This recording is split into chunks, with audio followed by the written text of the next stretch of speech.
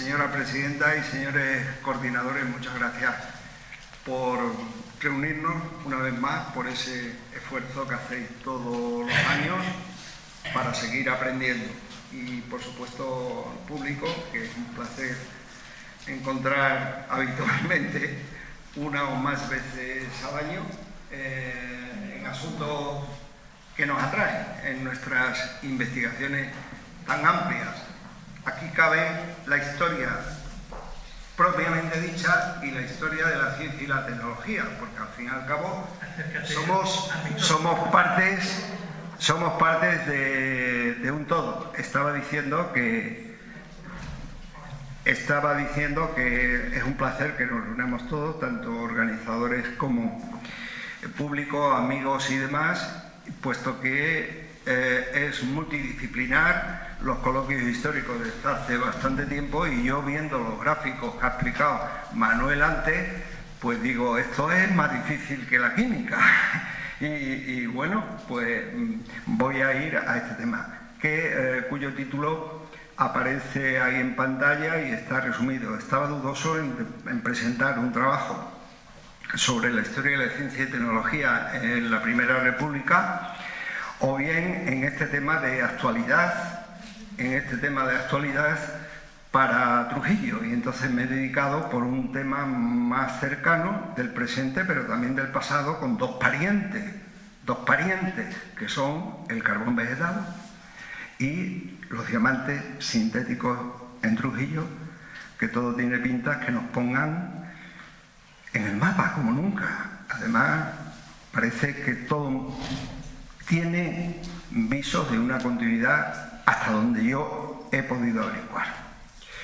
Bueno, conmigo son coautores Jesús Francisco Pastor Valle, que es ingeniero industrial, Álvaro Pires Mota, que es ingeniero de caminos, y José David Pastor Valle, que es ingeniero civil, y aparecemos aquí en pantalla los últimos, Jesús y yo. Seguramente se incorporarán algunos, pero es que tenían trabajo esta tarde y no podían venir. Seguramente llegue alguno de ellos. Son colaboradores míos en los aspectos científicos y tecnológicos, y nos preocupa muchísimo el tema de Extremadura, puesto que tenemos unas potencialidades que normalmente no están suficientemente explotadas. Y se ignora. El problema de Extremadura es la gran ignorancia en muchísimos aspectos. Bien, de principio tengo que decir que ya son 10 años desde que vine la primera vez por aquí, gracias a mi querido primo Vicente Pastor González, que me animó a venir, y verdaderamente tengo mucha ilusión durante todas las convocatorias de ofrecer lo mejor que yo pueda en beneficio de Extremadura y corresponder a los esfuerzos que hace la organización. La estructura del trabajo que verán tienen estas partes.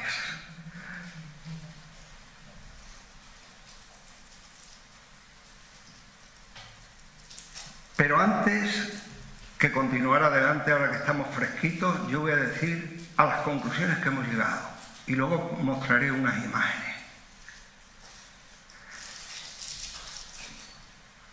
El carbón vegetal y los diamantes sintéticos son materiales de carbono conocidos en el pasado remoto y en el pasado inmediato, respectivamente. Pasado, remoto y el inmediato. El carbón vegetal se conoce desde los primeros tiempos de la humanidad. Se sigue fabricando hoy y tiene aplicación como combustible de uso doméstico y aplicaciones industriales. Los diamantes sintéticos se consiguieron en la segunda mitad del siglo XX, por primera vez, pero aquello fue efímero. Los laboratorios de la General Electric Company estadounidense produjeron diamantes muy pequeños en 1954. Esta es la primera conclusión que tenemos establecida. La segunda conclusión es que el carbón vegetal se ha fabricado mucho y durante mucho tiempo en Extremadura, principalmente mediante la construcción de carboneras de mayor o menor tamaño en la dehesa. En la actualidad se sigue fabricando a partir de madera de encina, principalmente mediante hornos discontinuos, parcial o totalmente metálico, y sin basa para uso principal como combustible doméstico en barbacoas. Se produjo significativamente a partir de madera de encina en la aldea del Obispo, municipio próximo a Trujillo, Cáceres. Decimos los de Cáceres porque Trujillo, en América tenemos también, ¿verdad? Mediante numerosas carboneras en la dehesa. Hoy se sigue carboneando dicha madera mediante algunos hornos discontinuos metálicos en los cuales la duración de la carbonización es mucho menor. Y la tercera conclusión que hemos establecido son que los diamantes sintéticos tienen aplicaciones industriales diversas. No solo de joyería, ¿eh? En la actualidad se construye una futura fábrica de diamantes sintéticos en el polígono industrial Arroyo Caballo, próximo a Trujillo, Cáceres. La fábrica se construye e instala mediante proyecto de la empresa Diamond Front de Europa, Sociedad Limitada, con una inversión prevista superior a 700 millones de euros y una creación de empleo de más de 100 unidades. Durante el primer año de actividad se tiene como objetivo la producción anual de 40.000 obleas de diamante monocristalino de 4 millones de quilates. Quilate, hablando en términos de joyas, creo que son los 200 miligramos, 0,200. Es verdad que es una unidad de masa que se utiliza, que es diferente de aquel quilate para el caso del oro, que tiene otra unidad. Tales diamantes se producirán mediante un método de deposición química de vapor, lo escribo en español, en reactores de plasma. Reactores de plasma. No son unos reactores nucleares, no son unos hornos, son unos hornos especiales donde la materia se encuentra descortezada, núcleos y cortezas, que proporcionan una temperatura adecuada. Estando proyectada la fábrica para funcionamiento en 3 turnos durante todos los días del año. El gas metano, CH4, C de carbono, es la fuente de carbono. Lo mismo que en el caso del carbón vegetal es la madera de encina que tiene carbono para que aumente ese contenido de carbono en ese residuo negro que queda al final. Aquí lo que hace recrecer el diamante sobre un sustrato determinado es el metano, CH4. C, carbono, va a hacer que ese diamante crezca, tome forma de oblea y esas obleas se puedan utilizar como semiconductores, que tienen muchísima mejor interés en estos momentos que no el silicio, que es el material que se utiliza en microchip y todo esto. Es decir, que esto va enfocado bajo el punto de vista de las aplicaciones industriales, aunque en la calle Serrano de Madrid se están vendiendo diamantes procedentes de esta empresa estadounidense allí. ¿De acuerdo? La verdad es que cuando hablamos de diamantes no simplemente nos referimos a la joyería. Tiene muchas aplicaciones. Bien, dicho esto, que quería que se centrara en las conclusiones, pues bueno, ahora vamos a mostrar unas imágenes deprisa de los trabajos que hemos realizado para que esto llegue a feliz puerto. Bueno, la palabra ciencia significa conocimiento y es como una isla que a lo largo del tiempo ha ido aumentando de tamaño en el mar de la ignorancia. En ese mar de la ignorancia que se mueven muchísimos aspectos todavía que no es fácil de conseguir de la noche a la mañana. La química es la ciencia experimental que tiene por objeto el estudio de la composición, estructuras, propiedades y transformaciones de la materia. Bueno, pues vamos a ver. Con el tiempo se llegó al establecimiento de la tabla periódica, y dentro de la tabla periódica hay un elemento que se llama carbono, que no se sabe la fecha en que se descubrió, porque con el azufre y los metales, aquellos del calcolítico, que hablabas del cobre y otros y tal, no tienen fecha, es el pasado muy remoto. Y con el tiempo se ha visto que hay materiales de carbono quiere decir sólidos que están formados esencialmente del elemento carbono. Pueden tener otros componentes, hidrógeno, nitrógeno, tal, pero fundamentalmente es carbono. Con el tiempo se han descubierto los alótropos, que se llaman. Es decir, nada más están hechos de carbono. Y ahí tenéis fundamentalmente el grafito, que me interesa, planos hexagonales, es decir, anillos de átomos de carbono, en cada vértice hay un átomo de carbono. Estos no tienen nada de composición, nada más que carbono. Son elementos químicos, pero que se presentan en diferentes formas cristalinas. Está aquí el caso de los fullerenos, que se llaman, que se han descubierto a mediados del siglo, o sea, a mediados de la década de 1980, concretamente en el 1985, que tienen diferentes formas.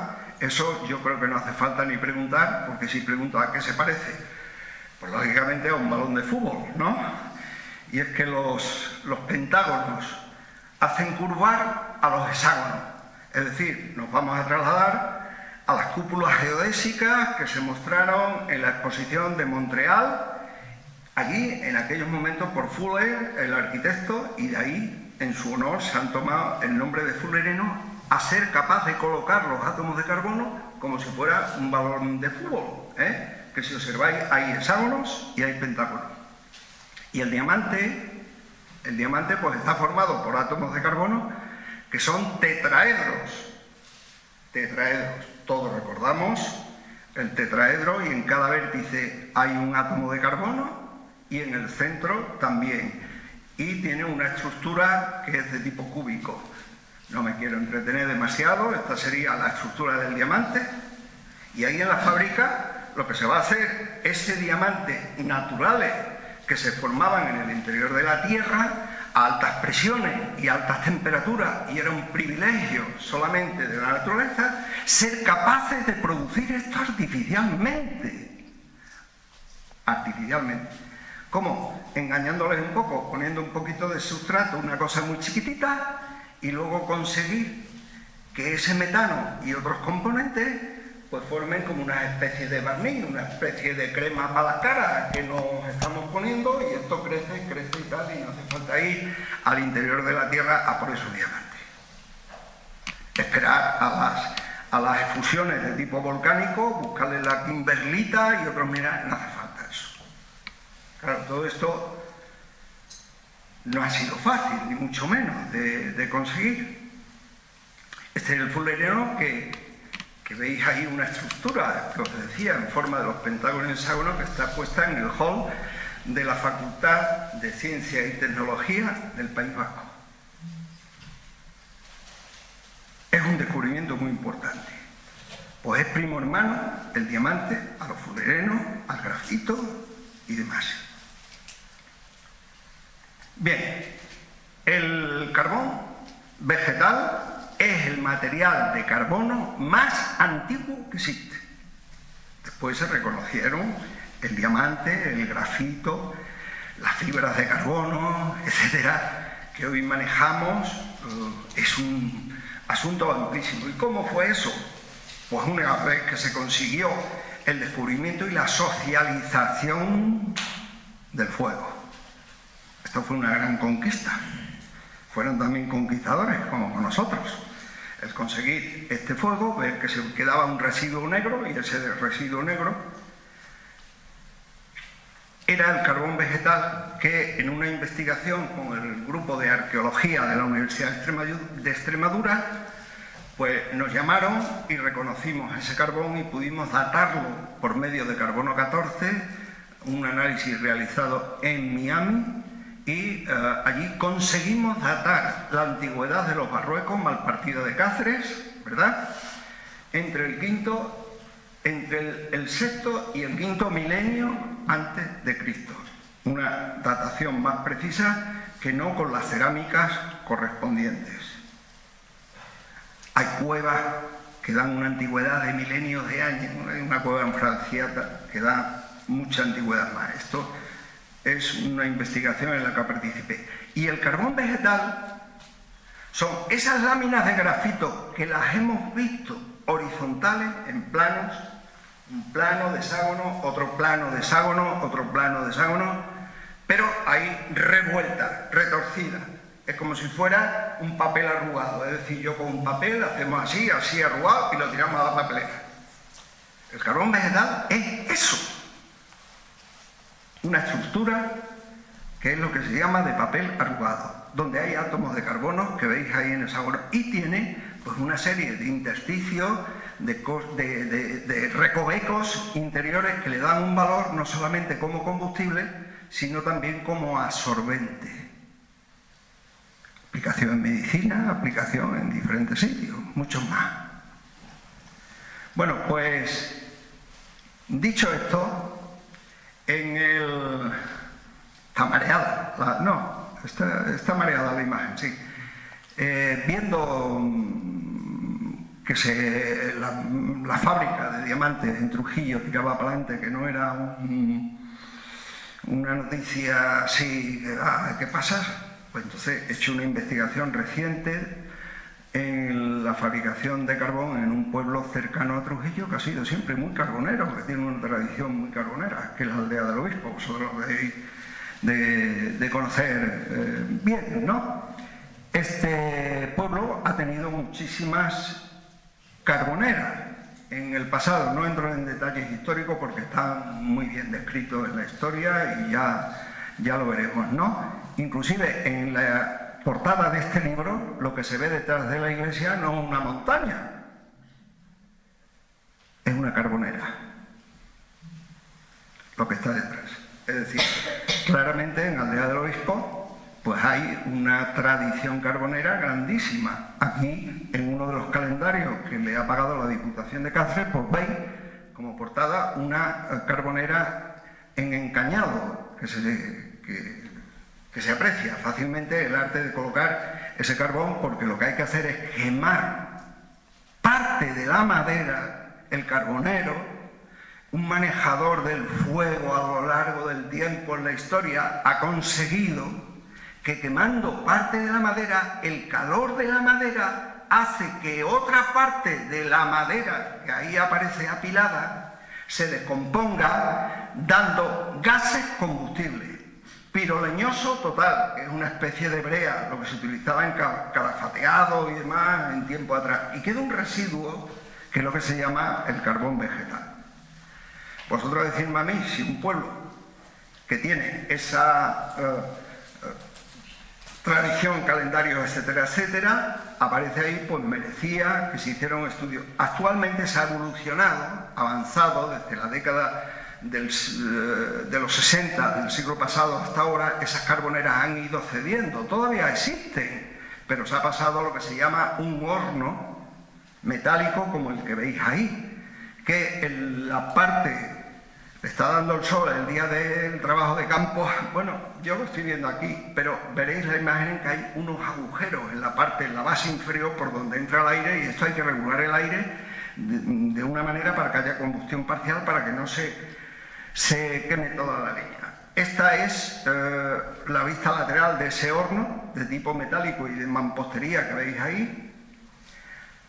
Ahí veis la carga en la parte izquierda, que es, digamos, una especie de carbonera alborotada, la que tenemos, pero mucho más seguro, porque tenemos unas paredes que se encuentran laterales y que evitan pues un incendio en lo que tiene alrededor. Aquí es más difícil de que se produzca, de que se prendan los pastos y demás. Aparte de todas las precauciones, los carboneros han tenido muchas precauciones siempre, pero no se puede ser temerario de ninguna de las maneras. Y ese es el horno donde se ve ahí ya el carbón producido, que ha sido por lo que se llama una reacción química de calentamiento. Se ha descompuesto la madera, que es la que ha suministrado los átomos de carbono. Ese es el horno vacío. Ahora sí se aprecian aquí, después de sacar el carbón. ¿Veis ahí abajo las entradas que estoy señalando? Los aires por ahí llegan. Un control de aire para que no arda todo, sino que arda parcialmente. Es una combustión de tipo parcial. El horno es muy parecido a los que se llaman en la industria de tipo Missouri. Y luego aquí tenéis el carbón que está extendido al cabo de una semana. Está en parva con los utensilios que se han tenido, pues la pala, el rastrillo, está el tractor, que esto es una innovación con respecto al pasado, que se mete al objeto de apilar la leña y demás. Y claro, vimos unos visitantes también, como es una zona ganadera, pues llegaron estas vaquitas a ver qué estábamos haciendo, que fueron a beber por la mañana.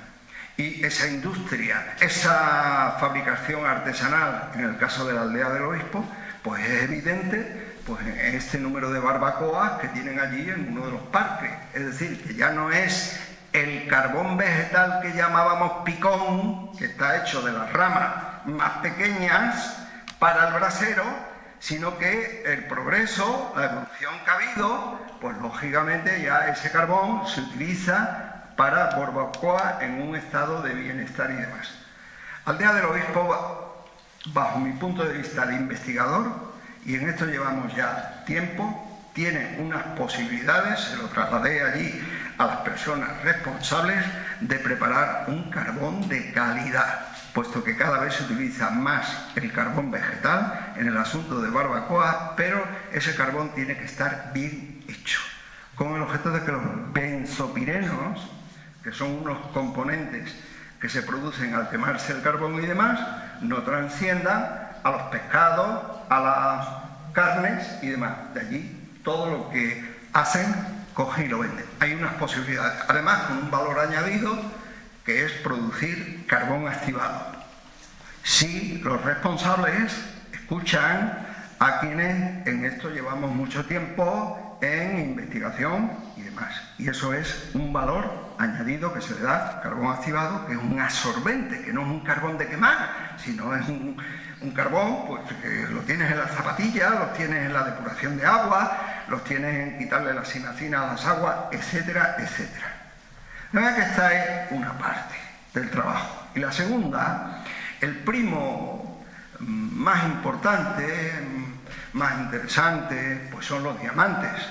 Los diamantes, pues como solamente he hecho una mención anteriormente rápida, pues lógicamente son productos naturales, lo mismo que el grafito. Y ahora vamos a ver cómo se pueden producir artificialmente.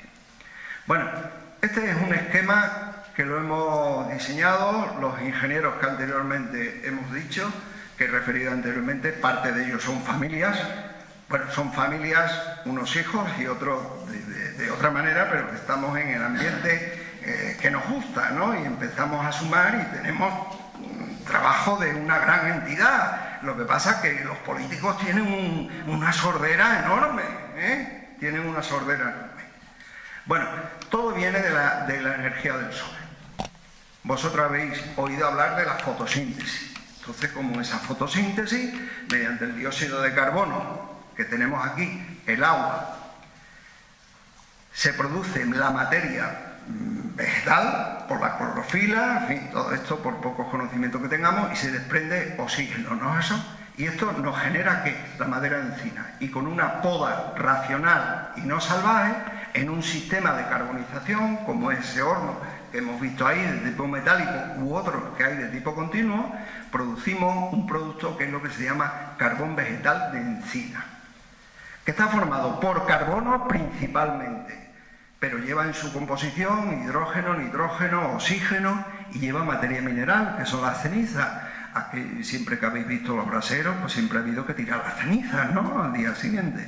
Es decir, eso es la materia mineral que lleva el carbón. Pero esa misma energía solar, fijaros, hoy día se aprovecha mediante una planta fotovoltaica de 120 megavatios, que es la que va a tener la fábrica que se está construyendo en estos momentos. El sol de Trujillo produce los diamantes, va a producir los diamantes. El sol de Trujillo va a producir, porque aquí el cuello de botella en la producción de los diamantes artificiales es la energía. Es la energía. Y aquí podemos disponer de ella en virtud de las horas de insolación, las placas fotovoltaicas y demás. Ya tenemos aquí una energía eléctrica.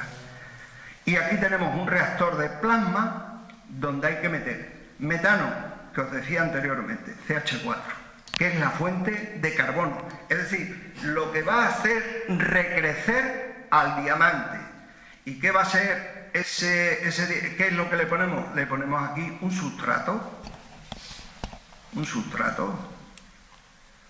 un pequeño diamante, algo que empiece a crecer. ¿Cómo? Mediante el input, la entrada de estos gases que tenemos, agua, hidrógeno, metano, y el producto va a ser un diamante sintético en bruto que está formado por el elemento carbono. Es decir, muchos tetraedros, es decir, una red cristalina que se ha formado. Y estas obleas, porque esto se va a hacer en obleas, van a servir para insertar los componentes en los circuitos electrónicos, y no va a hacer falta el Valle del Silicio, ¿no?, que tantas veces hemos oído de California. Bien, estos son unos diamantes artificiales de la empresa que aquí se va a instalar en Trujillo, utilizados en joyería. Cuando hemos viajado por Holanda, hemos visto que nos llevaban a Diamond Coaster o a otras entidades con el objeto de que viéramos el tallado de los diamantes en Holanda, aunque antes fue Amberes, la ciudad de los diamantes y demás, ¿verdad? Bueno, pues es posible que haya... Tiempo tiene, pero pues está bien. Eso es. Vale.